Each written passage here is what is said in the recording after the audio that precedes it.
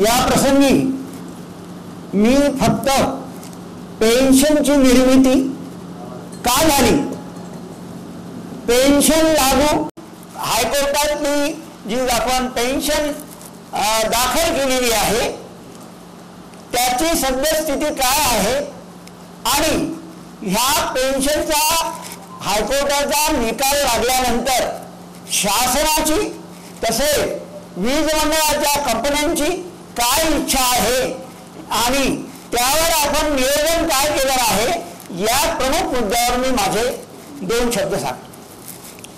सर्वप्रथम पेन्शनची निर्मिती का झाली हे कोणालाही माहित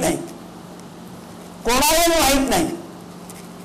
पेन्शनची निर्मिती यासाठी झाली कारण मध्य प्रदेश युनिव्हर्सिटी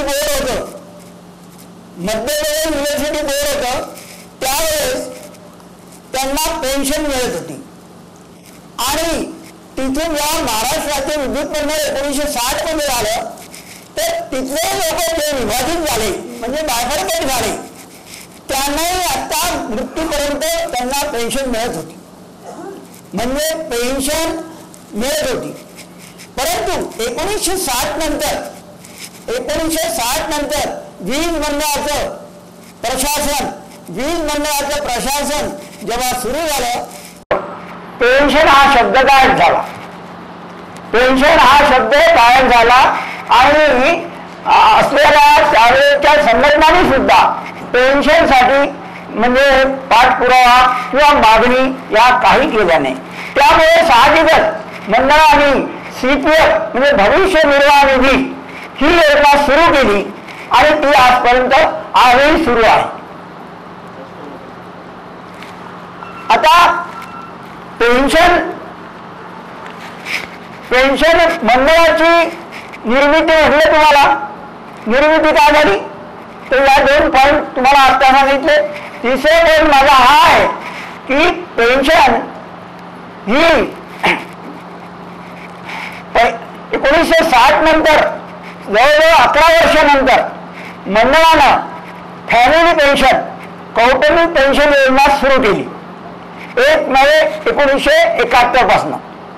परंतु ही फॅमिली पेन्शन योजना काय होती सर्वांना माहित असेल कारण जो मनुष्य निवृत्त झाल्यानंतर जोपर्यंत त्याचा मृत्यू होत नाही तोपर्यंत या पेन्शन योजनेचे फायदे नव्हते। म्हणजे ही निवृत्त झाल्यानंतर निवृत्त कर्मचाऱ्याला फायदेशीर होती का नाही। त्यामुळे 1995 मध्ये केंद्र सरकारची EPS 95 अंशदायी पेन्शन योजना ही सुरू झाली। यामध्ये सर्व संघटित व असंघटित ज्या काही कॉर्पोरेट क्षेत्र आहे जे काही आपले खाजगी क्षेत्र आहे या सर्वांना ही पेन्शन मिळेल असं केंद्र शासनानं आश्वासित केलं आणि तसं आश्वासन या पेन्शन योजनेमध्ये आहे। परंतु ही पेन्शन योजना जी लागू झाली ती केवळ त्या कर्मचाऱ्याच्या निवृत्त तारखेस जो पगार असेल जो बेसिक सॅलरी असेल त्यावर ही आधारित नाही। निवृत्त झाल्यानंतर कर्मचाऱ्याला किती पेन्शन मिळायची आता क्लास 4ला त्यावेळेस आधी क्लास 4ला 1200 पूर्वी तर 400 रुपये सुद्धा पेन्शन मिळायची 400 रुपये EPS 95।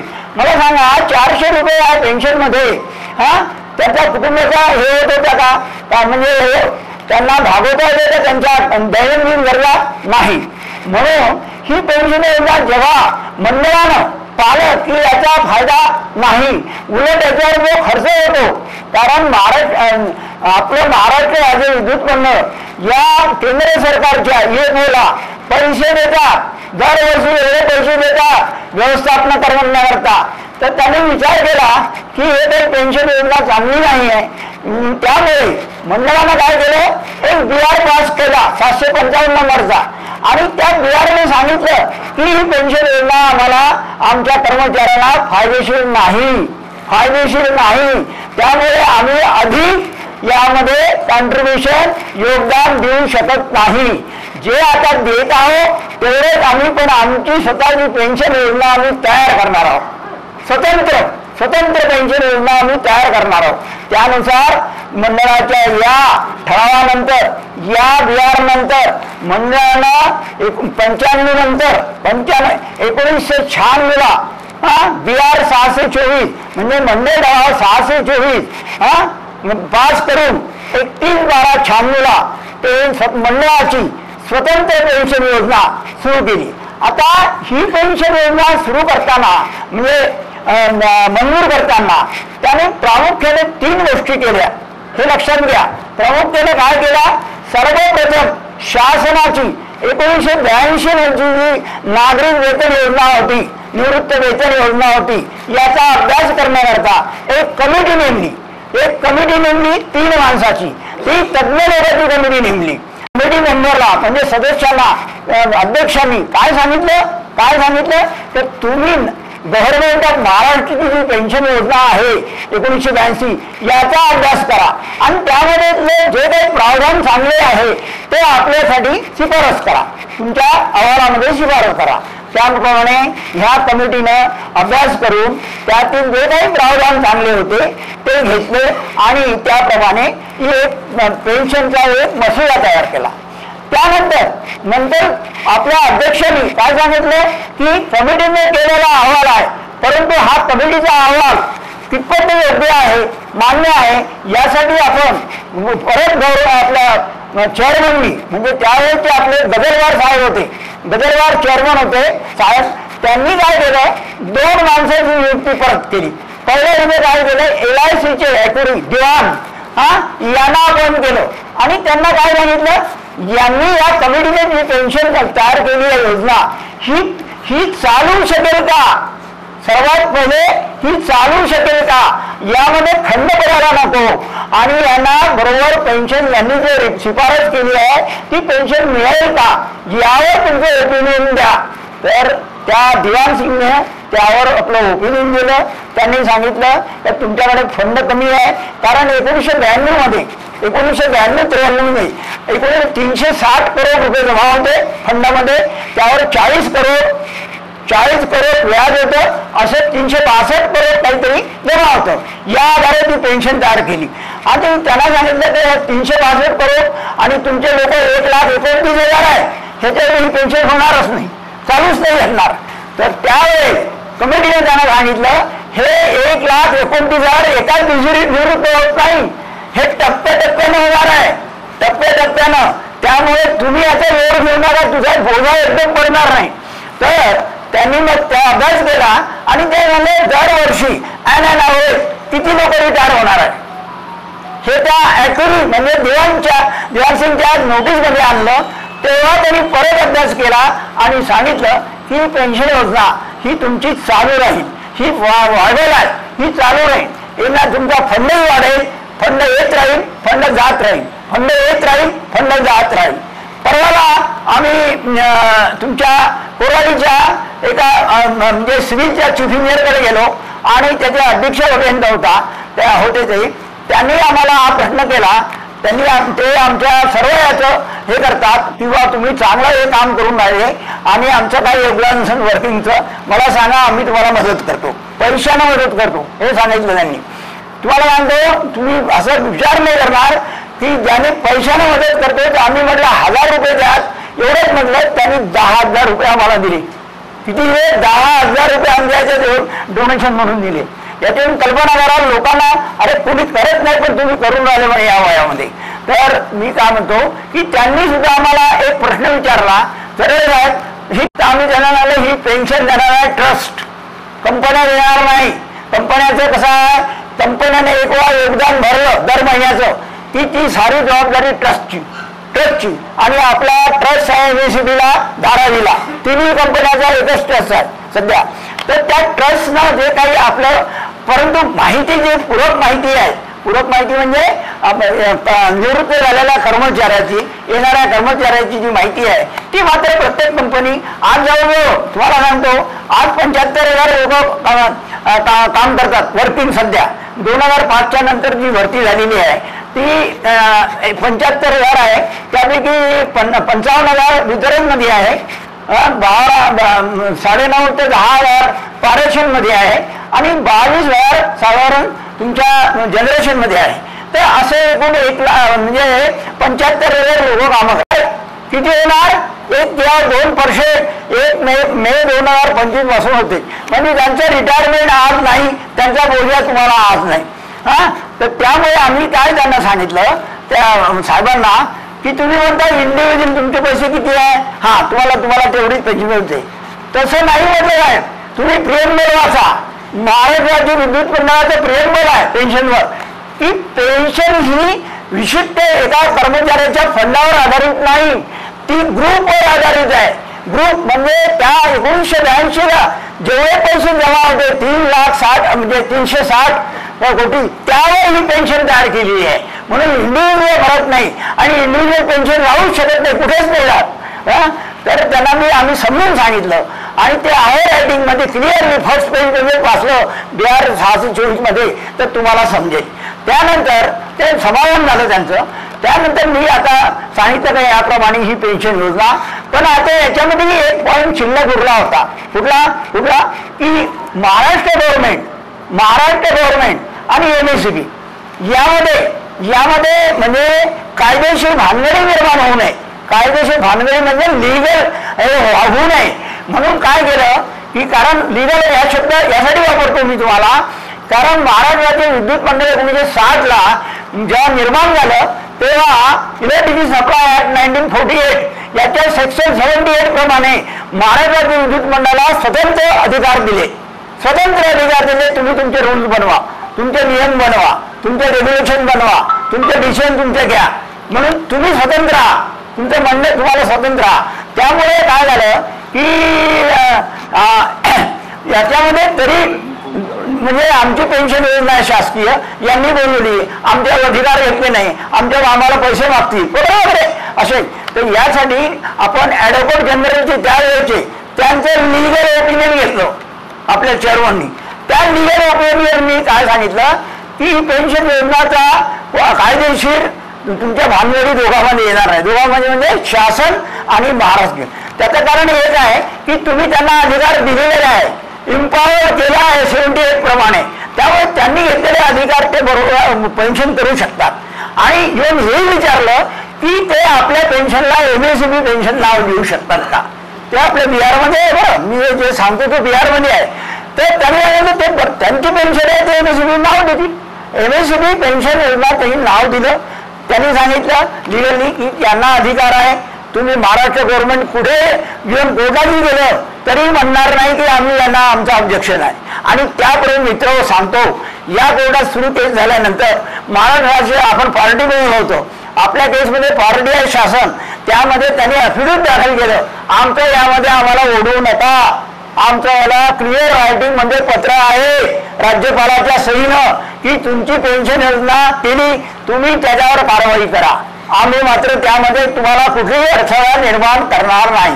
मित्रहो तुम्हाला सांगतो इतकंच नव्हे तर जेव्हा तुमचा लक्षवेधी सूचना झाली कुठे मुनगंटीवारांनी प्रश्न निर्माण केला विधानसभेमध्ये, त्या लक्षवेधी सूचनेला सुद्धा 27/1 त्यावेळेस मला वाटतंय 2007ला हा निर्माण झाला होता प्रश्न. तेव्हा त्यांनी सांगितलं महाराष्ट्र गव्हर्नमेंटच्या वीज मंत्र्यांनी ती पेन्शन योजना डिक्लेअर केली आम्ही या फ्लोअरवरती. त्यामुळे आता याला कॅबिनेटचं अप्रुव्हल लागत नाही. रायटिंग मध्ये पत्र आहे असं, रायटिंग मध्ये असं नाही आहे रायटिंग मध्ये की परत कॅबिनेटचं अप्रुव्हल घ्यायची जरूरत नाही. म्हणजे काय झालं महाराष्ट्र गव्हर्नमेंट कडून क्लिअर झालं सर्व ओपिनियन. आता राहिला तिसरा प्रश्न यामध्ये राहिलं की पेन्शन आपली आता त्याप्रमाणे चेअरमनना काय केलं ठीक आहे पेन्शन आहे एक तयार करा. आता पेन्शन किती द्यायची तुम्ही सांगितलं तर पेन्शन मित्र हो आणि कोणाला द्यायची म्हणजे त्यामध्ये सुद्धा 1/4/74च्या आधी जेवढे काही लोक रिटायर झालेले असतील, जेवढे काही लोक रिटायर झाले ते पिरियड पकडला आणि त्या पिरियडमध्ये जे निवृत्त झाले त्यांना मात्र पेन्शन 1/4/93 पासून लागू केली, म्हणजे मंजूर केली. आणि त्यानंतर 1/4/93 आता 1/4/93 का आणलं की 92-93चा फंड आपला 380 करोड 362 करोड होता, म्हणून आपण 1/4/93 ही डेट पकडली. आणि त्यानंतर मात्र ज्या तारखेला जे लोक रिटायर होतील त्याप्रमाणे ती पेन्शन मिळेल. झालं. आता ही पेन्शन किती मिळेल हे प्रत्येकाला माहिती आहे. मी सांगितलं मी तुम्हाला सांगतो, मी नुसतं घरी बसलो नाही, मी 60 वर्षामध्ये 144 सभा घेतल्या महाराष्ट्रामध्ये. 144, त्यामध्ये किती लोक उपस्थित होते प्रत्येक तारखेला त्या रेकॉर्ड माझ्याकडे रजिस्टर पाहू शकता. आणि त्या 144 सभेतून अवेअरनेस केवळ पेन्शन काय आहे, पेन्शन किती मिळणार आहे, कोणाला मिळणार आहे, कशी मिळणार आहे, पैसे घेतले या सर्व माहिती दिली. त्यामुळे तुम्हाला सांगतो तेव्हा लोकांना माहीत होऊन गेलं पेन्शन. पहिले आंदोलन आम्ही कुठे गेलो 18 मध्ये आझाद मैदानावर, आणि त्यावेळेस प्रकाशगडला आम्ही गेलो की जी बंदी होती तरी आम्हाला तिथल्या पोलीस इन्स्पेक्टरनी 4 लोकांनी मला 4 आतमध्ये नेलं. मी त्यांच्याशी डिस्कशन केलं, जे आता सांगितलंच आहे मी. तर त्याप्रमाणे काय झालं की आम्ही ही पेन्शनचं सर्व मार्गदर्शन केलं. मार्गदर्शन म्हणजे कोणाला किती नाही, मध्यंतरी TPF 90 लोक, मी म्हटलं त्याकडे लक्ष करू नका, ते आपला भाग नाही आहे. त्याच्यामध्ये तुमचा फक्त काय 3 काहीतरी 12% म्हणून जातात, 8 ते 30 आपल्या इकडेच राहतो, आणि 1.6 हा गव्हर्नमेंटचा ते जमा होतो. त्याच्यावर तुम्हाला पेन्शन किती मिळणार आहे. आता त्यांना तेही सांगितलं, त्यावेळी प्रत्येक संघाला आजही सांगतो, तुम्हाला जे पेन्शन EPF 90 काही लोकांना मिळत आहे ती बंद होणार नाही. कारण काय, जर आपल्या MSBची पेन्शन मंजूर आहे, लागू झाली तर तो फंड ट्रान्सफर करा. तर त्यांच्याजवळ पैसेच नाही ट्रान्सफर करायला. कोणाला आत्ताच सांगितलं सेंट्रल गव्हर्नमेंटकडे पैसे नाही, ते तुम्हाला ट्रान्सफर देणार नाही पैसे, त्यामुळे ती पेन्शन तुम्हाला मिळेल. तुम्ही म्हणाल दोन म्हणजे काय, ती सेंट्रल गव्हर्नमेंटची अंशदायी पेन्शनच नाही, तुमची मात्र बेसिक पेन्शन योजना आहे. त्यामुळे तुमचे जे 8-33 करतात त्या बेसवर तुम्हाला पेन्शन मिळणार आहे. आणि याच्यावर त्यामुळे हाही प्रश्न निर्माण झाला होता, तोही क्लिअर झाला. आता राहिला प्रश्न काय, ही पेन्शन योजना एवढी चांगली असतानाही तुम्हाला 50% पेन्शन मिळणार आहे. म्हणजे तुमचं त्या जुन्या पे स्केलमध्ये 16,000 मी ज्या दिवशी 2005ला आज 24 वर्ष होऊन गेलं, मला 24 आज माझे 78 कम्प्लीट होऊन राहिलं. तर त्यावेळेस मला 16,000 बेसिक होता, राईट नाही, सोपी पेन्शन आहे. 16,000 बेसिकचा 8,000 पेन्शन झाली. आणि DA त्यावेळेस 10,850 होता. DA मात्र कमी नाही, DA मात्र फुल आहे. पेन्शनवर हे लक्षात घ्या, पेन्शन बेसिक पेन्शन अर्धी होणार, परंतु DA मात्र फुल देणार. म्हणजे 18,000 झाली. आता मला सांगा 2005 पासून म्हणजे 1/12/2005 पासून मला पेन्शन मिळणार 18,000. पुढे आपलं पेन्शन झालं केव्हा झालं पेन्शन, 2003च्या नंतर 2008ला, त्यामध्ये 32% वाढलेले आहे. त्यामध्ये लिहिलं आहे याच्यामध्ये. तुम्ही म्हणाल पुढे आपल्याला कसं मिळेल, त्यामध्ये जे मंडळाची पेन्शन आपलं हे जेव्हा मंडळ सर्क्युलर रिव्हिजन होईल ते सर्व तुम्हाला अप्लिकेबल होईल. आता त्यावेळेस तुम्हाला बऱ्याच लोकांना समजतं की आपली पेन्शन कशी वाढेल हाही प्रश्न पडते, तरी त्या माहीत नाही. ते तुमचा बेसिक तोच राहील, तुमचा 1600 तोच होईल. या 16,000 मध्ये 16,000च्या बेसिकला जो काही इनिशियल बेसिक असेल तो त्या आजच्या ह्याच्यामध्ये फिटमेंटमध्ये म्हणजे नवीन रिवाईज बेसिक झाला 31/3ला 16,000 पकडायचं, त्यामध्ये ते 32% वाढ करायची, त्यामध्ये काही तो DA मर्ज करायचा आणि फिटमेंटमध्ये जे काही स्केल तुमचा बेसिक येईल त्या स्केलमध्ये तो तुमचा बेसिक झाला. आणि त्या बेसिकला 50% पेन्शन म्हणजे वाढली, पेन्शन 35% वाढली.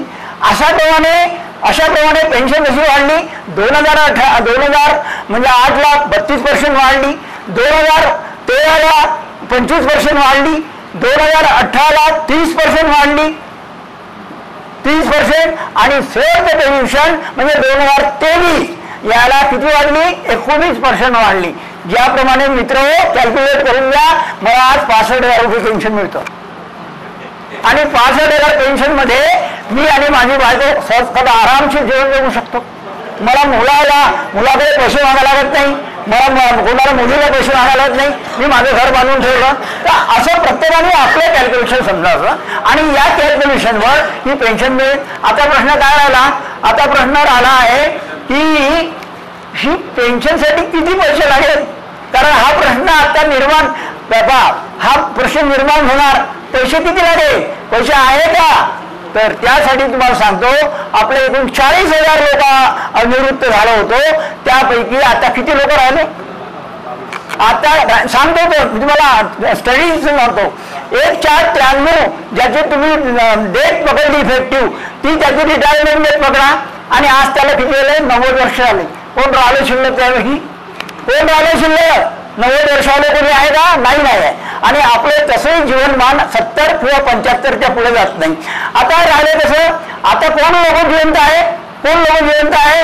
जे 97 नंतर रिटायर झालेले आहे. 97 नंतर जे लोक रिटायर झाले आहे त्यांचं वय आहे 78, 80, 85. त्यांना मात्र पेन्शन मिळणार, त्यांना मात्र पेन्शन मिळणार. आता त्यांना पेन्शन मिळणार तर असे किती लोक आहे? 10,000 लोक राहिले. गेले 40 आणि 10,000. आता तुम्ही जर 10,000ला मला 18,000 मी क्लास 1 ऑफिसर म्हणून रिटायर झालो, मी 18,000 पकडले, जास्त हायर सॅलरी पकडली, तर 18,000 प्रमाणे जर कॅल्क्युलेशन केलं तर आज मला म्हणजे आज या 10,000 लोकांना 282 करोड रुपये लागतात एका वर्षाचे. किती वर्षाचे? 282 करोड लागतात. आता मी किती वर्ष करणार? आज आणि ॲव्हरेज 5 वर्ष, बरोबर आहे. आज आणि ॲव्हरेज 5 वर्ष, 83-84 म्हणजे 5 वर्ष मला बोलणं पडणार आहे माझा पेन्शनवर. तर त्या 5 वर्षासाठी मला पेन्शन देण्यासाठी म्हणजे सगळ्या यावेळेला 1400 करोड रुपये लागणार आहे. आता 1400 करोड लागतात, पैसे कुठे आहेत? तर मित्र तुम्हाला सांगतो 22-23चं माझ्याकडे डॉक्युमेंट आहे ट्रस्टचं. मंडळामध्ये 12,000 करोड शिल्लक आहे. किती शिल्लक आहे? 12,000. त्यापैकी 6,000 कर्मचाऱ्याचे काढून टाका. कर्मचाऱ्याचं कॉन्ट्रिब्युशन 6,000 शिल्लक आहे. 6,000 शिल्लक आहे. या 6,000 मधून 1400 कोटीचे घे 3,600 कोटी पर्यंत राहतात शिल्लक राहतात. तुम्हाला भीक मागा लागत नाही, तुम्हाला कोणाला मदत करत नाही. फंडातून पेन्शन केली बरोबर होणार. आता राहिला प्रश्न कसा आहे? तुम्हाला रिटर्न करायचे पैसे, ते प्रिन्सिपल आहे. कारण हाच मुद्दा शेवटच्या आर्ग्युमेंटला आमच्या मंडळाच्या वकिलांनी उपस्थित केला. यांचा काय समज आहे? हे रिटायर झालेले यांनी आपले पैसे घेऊन टाकले असं म्हटलं त्यांनी. हे पैसे घेऊन टाकले, यांचा आमचा एम्प्लॉई आणि एम्प्लॉईचं रिलेशन नाही म्हणून हे कशा काय पेन्शन तुम्ही यांची केसेस डिस्मिस करून टाका हा म्हटलं. नंतर त्याला म्हणून कोर्टाने सांगितलं आणखी तुझे दुसरे काही पॉईंट सांग, तुला आम्ही चान्स देतो. त्याने दुसरा पॉईंट काय सांगितला?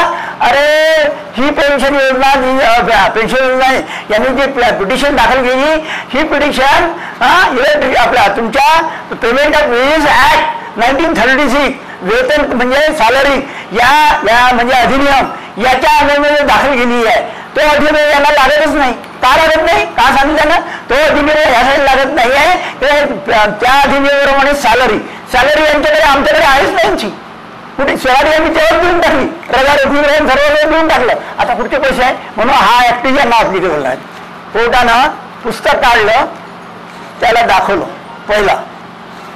पहिले दाखवलं BR वाच, त्यामध्ये लिहिलं आहे की जे लोक रिटायर झालेले आहे त्यांनी जर आपलं जे काही पैसे घेतलेले आहे ते वेळासहित 8.5% दर भरून दिले किंवा बुक ॲडजस्टमेंट झालं तर त्यांना ते are liable, they are eligible for pension.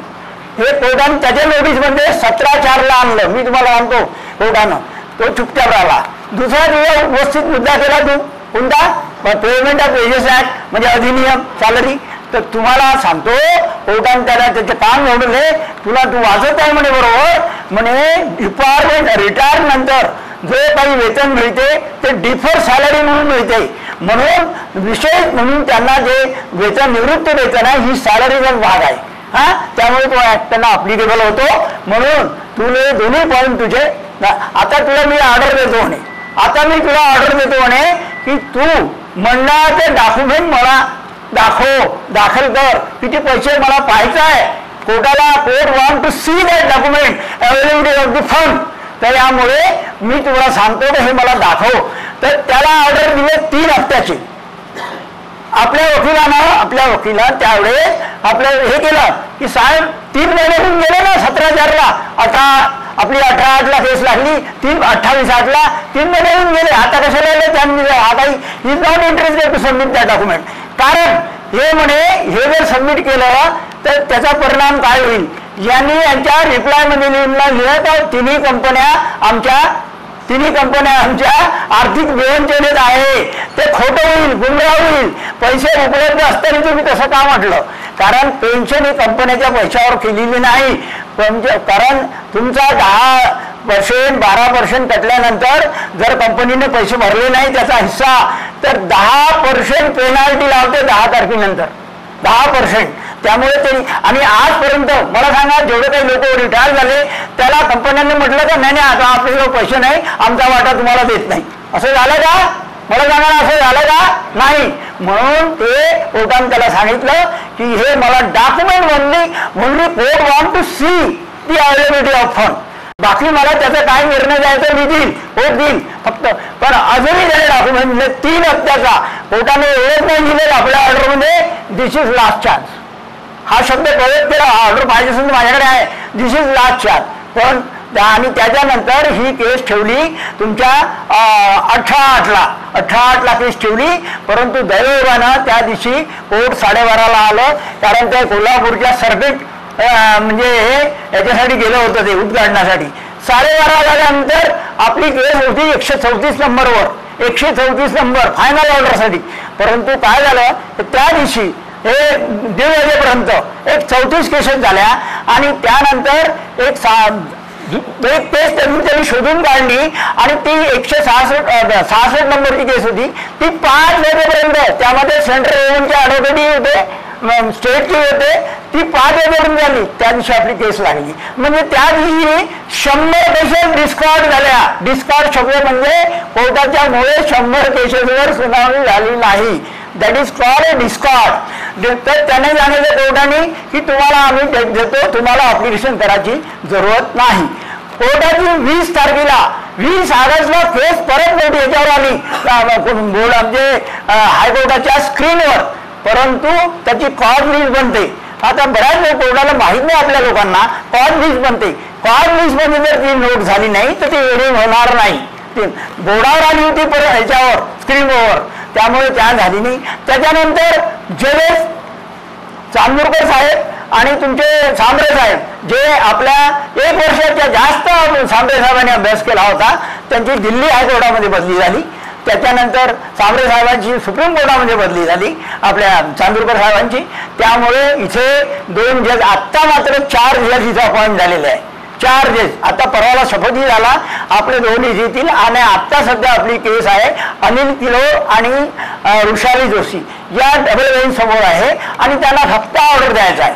आपल्या वकिलांनी सांगितलं तुम्ही तो काय ऑर्डर द्यायचा, आम्हाला काहीच करायचं नाही. कारण रिटर्न आर्ग्युमेंट जी नोट आहे ती जानेवारीच्या 2 तारखेला आपण सबमिट केली. 7 तारखेला बोर्डानं त्याच्यावर आपलं कंप्लायन्स केलं, बोर्डाच्या वकिलानं. म्हणजे आता केस आहे का? पण ते नुसतं कोर्टाच्या 8 महिने झाले, आज 8 महिने झाले कोर्टाच्या केसवर प्रॉब्लेम आहे. तुम्हाला आता आठवते परवाला एक डिसिजन झालं सुप्रीम कोर्टाचं, तुम्ही वाचलं असेल सर्वांनी, की समजा 3 महिन्याच्या आत जी केस ऑर्डरला आलेली आहे आणि 3 महिने पेंडिंग झाली तर त्याला 3 महिन्याच्या आत त्याला ऑर्डर काढायचा आहे. जर समजा त्यांनी काढली नाही त्या बेंचनी, त्या खंडपीठाने, तर चीफ जस्टिस इश्यू करेल त्याला 8 दिवसाचा नोटीस की तू जर 8 दिवसात जर ऑर्डर पास नाही केला तर ही केस दुसऱ्या खंडपीठाकडे ऑर्डरसाठी वळती केल्या जाईल. हे आत्ता सुप्रीम कोर्टानं, कारण सुप्रीम कोर्टामध्ये काय पडल्याचे पण राखून ठेवते ऑर्डर पण काढतच नाही, तशी आपली स्थिती झाली. आणि मित्र सर्व आपल्याला म्हणाले आहो एक जण म्हणजे काय केस होऊन राहिली, लेबर कोर्टासारखं झालं आणि डेट द्यायचं, त्याला आपण कोर्ट आणि मी तुम्ही काय करू शकतो मला सांगा. मी त्या दिवशी त्या सजेशन दिलं, मी सुद्धा कायद्याचा अधिकारी आहे, आपला स्टुडंट आहो, त्यामुळे मी त्यांना म्हणलं एक सिव्हिल ॲप्लिकेशन ड्राफ्ट करा. त्यामुळे हे लिहा ही केस आपली किती वेळा हिअरिंग झाली कोणाला माहिती आहे का? किती वेळा रायटिंगमध्ये हिअरिंग झाली? ही केस आपली 52 वेळा हिअरिंग झाली. 52 वेळा साहेब, मी तुम्हाला दाखवू शकतो, डॉक्युमेंट आहे हायकोर्टाचं. 52 वेळा आणि 25/1 पासून आपली फायनलला पडलेली आहे. आता मला सांगा तर आता आपण काय करणार आहे हो? ज्या केसचे तुम्ही 17 वर्ष थांबले, काही केलं नाही त्या आमच्या मित्रांनी 17 वर्ष, मी त्यांना विचारलं की तुम्ही खरं मित्रांनी केस फाईल केली होती, नो डाऊट, पण मेल्यानंतर तुम्ही फॉलोअप घेतला ना, तुम्ही त्याचे 17 वर्ष काय थांबले त्यावर तुम्ही बोलत नाही. शेवटी तुम्हाला सांगतो त्यांनी केस फाईल केली, ती आपल्याला अटॅच केली आहे, ती आपल्या केसला अटॅच करून टाकली त्यांनी कोर्टाने. तर त्या केसचं कोर्टाचं सध्या ऑर्डर होईल, नो डाऊट, त्याच्याबद्दल काही प्रॉब्लेम नाही. मित्र आता मी सांगतो एक थोडं हायलाईट सांगतो तुम्हाला. या वर्षात आपले 334 मेंबर झाले रेग्युलर. आम्हाला काय करावं लागतं की आपलं बँकमध्ये अकाउंट आहे, आपले जे पैसे आहे हे आजीवनचे 500 आहे, आजीवनचे 500 आहे. 300 रुपये आम्ही काय करतो ते आम्हाला जपून ठेवावं लागते. आज 2000 मेंबर जर आमचे आहे सरासरी, तर 6 लाख रुपये आम्हाला तिथे डिपॉझिट ठेवावं लागतं. त्या 6 लाख रुपयेवर आम्हाला खर्च नाही करता येत.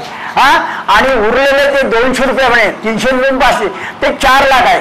त्या 4 लाखावर आम्हाला खर्च करायचा आहे. कारण सीए नावावर म्हटलं तुमच्याकडे पैसे पण आहे, तुमचा खर्च किती आहे? 70, 50, 60 हजार, म्हणजे एवढाच खर्च आहे आणि पैसे तुम्हीच काय तुमच्याकडे. तेव्हा आम्ही म्हटलं साहेब पैसे आमचे नाही आहे, त्याच्यावर टॅक्स लागत नाही, हे आजीवन सभासद फी आहे, ते उत्पन्न नाही आहे. उद्या आमची संघटना बंद आम्हाला करायची असली, आमचे उद्योग पूर्ण आला तर ते आम्हाला कोणाला डोनेट करावं लागेल, परंतु आम्हाला ते त्याचे वापरता येणार नाही. तेव्हा आम्ही सर्टिफिकेट दिलं, इन्कम टॅक्स लागत नाही. आपला सीए आहे.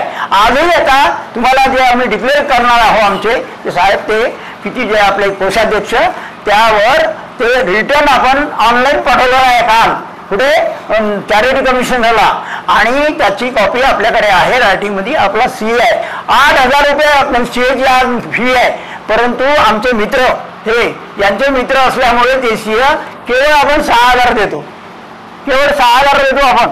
आम्ही पैशाची वाचवली. मला सांगा आम्ही पैसे खर्च केले असते तर आता आम्ही आमच्या पैशांना कॉन्ट्रीब्यूट करतो, गाडी नसाल आमच्या पैशांना कॉन्ट्रीब्यूट, जेवण आम्ही आमच्या पैशांना करतो, कुठे एक नया पैसा आम्ही खर्च करत नाही. त्यामुळे आमचे पैसे आहे आणि ते लावून पाठवलेले आहे. आता आमची तयारी ती सुद्धा